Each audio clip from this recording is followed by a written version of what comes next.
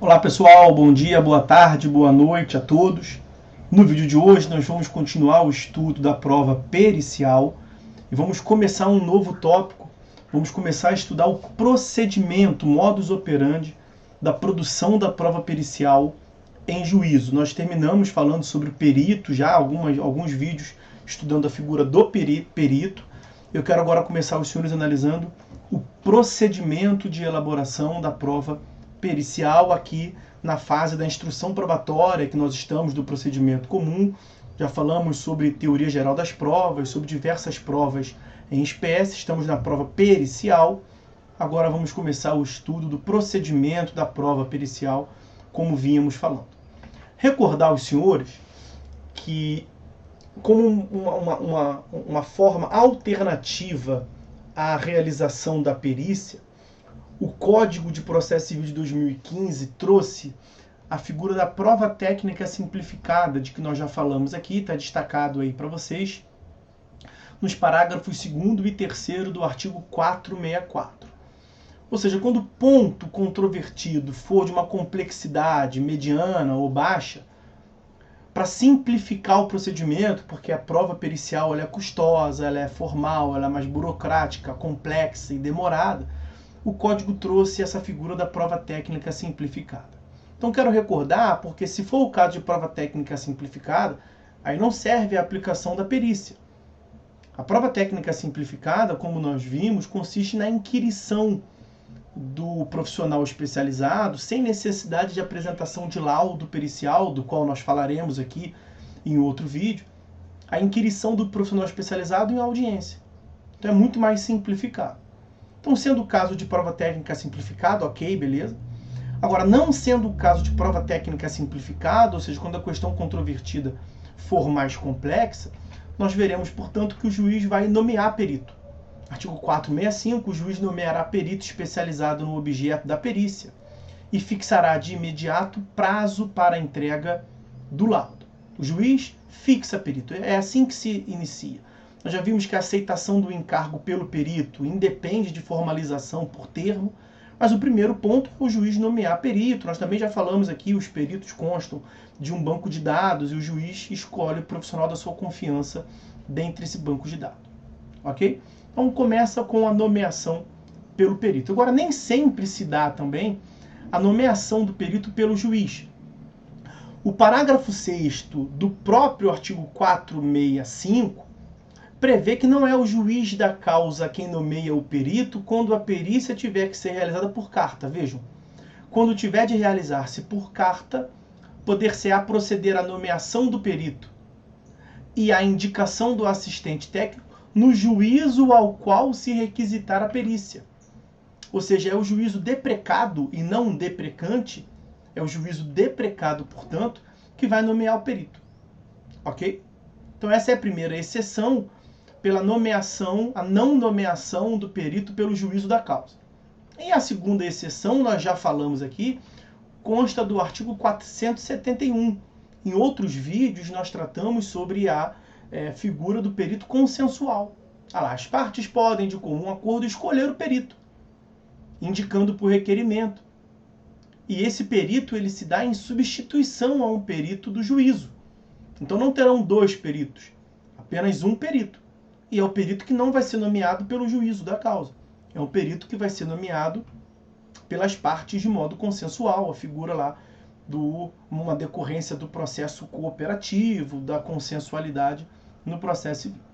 Então, quanto à nomeação do perito, ela se dá em regra pelo juiz da causa. 465, parágrafo 6º, não é o juízo da causa, é o juízo deprecado, quando a perícia é realizada por carta. 471, a possibilidade excepcional também, mais uma possibilidade, do perito ser nomeado em consenso pelas partes. Ok? Uma vez nomeado o perito, o que acontece? Qual é o próximo passo do procedimento? A intimação das partes. Então vejam 465, parágrafo 1º.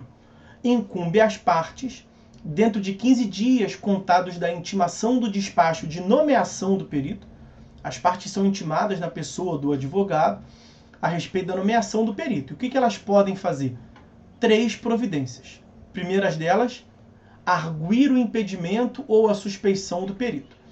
Sobre o impedimento e suspeição do perito, nós já falamos aqui largamente, ok?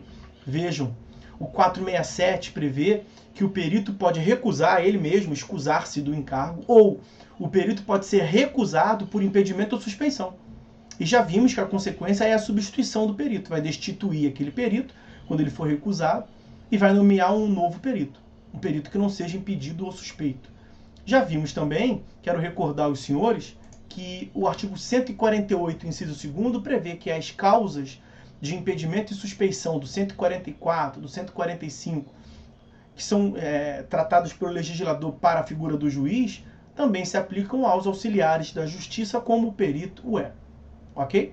Então essa é a primeira providência que nós temos quando dá intimação das partes sobre a nomeação do perito. As partes podem alegar impedimento ou suspeição. Uma outra providência que a parte pode adotar é a indicação de assistente técnico. Inciso 2º do parágrafo 1º, no prazo de 15 dias a partir da intimação do despacho de nomeação do perito, incumbe às partes indicar assistente técnico. Bom, o assistente técnico é um profissional especializado da confiança da parte. Assim como o perito é um técnico da confiança do juízo, o assistente técnico é um técnico, um profissional especializado no objeto da perícia, de confiança das partes. É nesse sentido, inclusive, o 466, parágrafo 1º, na parte inicial. Ó. 466, parágrafo 1º, os assistentes técnicos são da confiança da parte. E os assistentes técnicos não se sujeitam às causas de impedimento ou suspeição. Claro, porque o assistente técnico não tem a finalidade, não atua em juízo como um terceiro imparcial. Ele é um terceiro parcial. Ele atua no sentido de auxiliar e tutelar os interesses da parte, assim como o advogado. Ok? No 466, parágrafo 2º, nós temos a previsão de uma participação em contraditório. Como nós até veremos melhor adiante no decorrer do procedimento, mas vejam como é que a figura do assistente técnico é importante.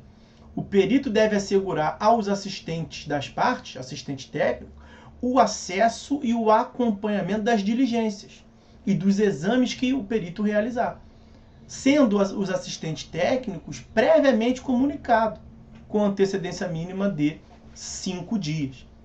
E uma outra forma que o assistente técnico tem de participar em contraditório, de o influenciar na realização da perícia, é justamente a terceira providência que o 465, parágrafo 1º, prevê. Incumbe às partes, dentro de 15 dias da intimação do despacho de nomeação do perito, apresentar quesitos. Do que consistem os quesitos, senhores? Quesitos são questionamentos técnicos formulados pelos assistentes técnicos, quando a parte indica, ou pela própria parte, quando a parte não indica assistente técnico. E são esses quesitos que acabam delimitando o âmbito de atuação, o objeto da perícia. Na verdade, o laudo pericial, a perícia, consiste em resposta a diversas perguntas. Perguntas que o membro do Ministério Público faz quando ele atua, perguntas que as partes fazem diretamente ou por meio dos seus assistentes técnicos, perguntas que inclusive o próprio juiz faz. Artigo 470. Incumbe ao juiz indeferir quesitos impertinentes. Vejam, quesitos que não têm nada a ver com o objeto, que não vão contribuir e apenas prolongar indevidamente, tornar mais complexa a prova pericial. O juiz pode indeferir e o juiz pode também formular os quesitos que ele, o juiz, entender necessário para a resolução, para a solução, o esclarecimento da causa. Nós já vimos em diversas passagens que o juiz tem poder instrutório. Artigo 370 deixa muito claro que o juiz pode, de ofício, determinar a produção da prova, o que dirá na prova atuar de modo a formular quesitos. Então, o objeto da perícia se dá por meio de resposta do profissional especializado, o perito, aos questionamentos, aos quesitos que são formulados pelo juiz, pelo membro do Ministério Público quando atua como fiscal da ordem jurídica, como custos legis, custos constitucionais, e pelas partes por meio dos seus assistentes técnicos ou diretamente. Ok? Então esse é o início do procedimento da produção da prova pericial. Artigo 465, parágrafo 1º, vejam aí as implicações. Parágrafo 1º do 465, o juiz nomeia, caput, fixa prazo, caput, as partes são intimadas e adotam as providências do parágrafo 1º tudo do artigo 465, ok?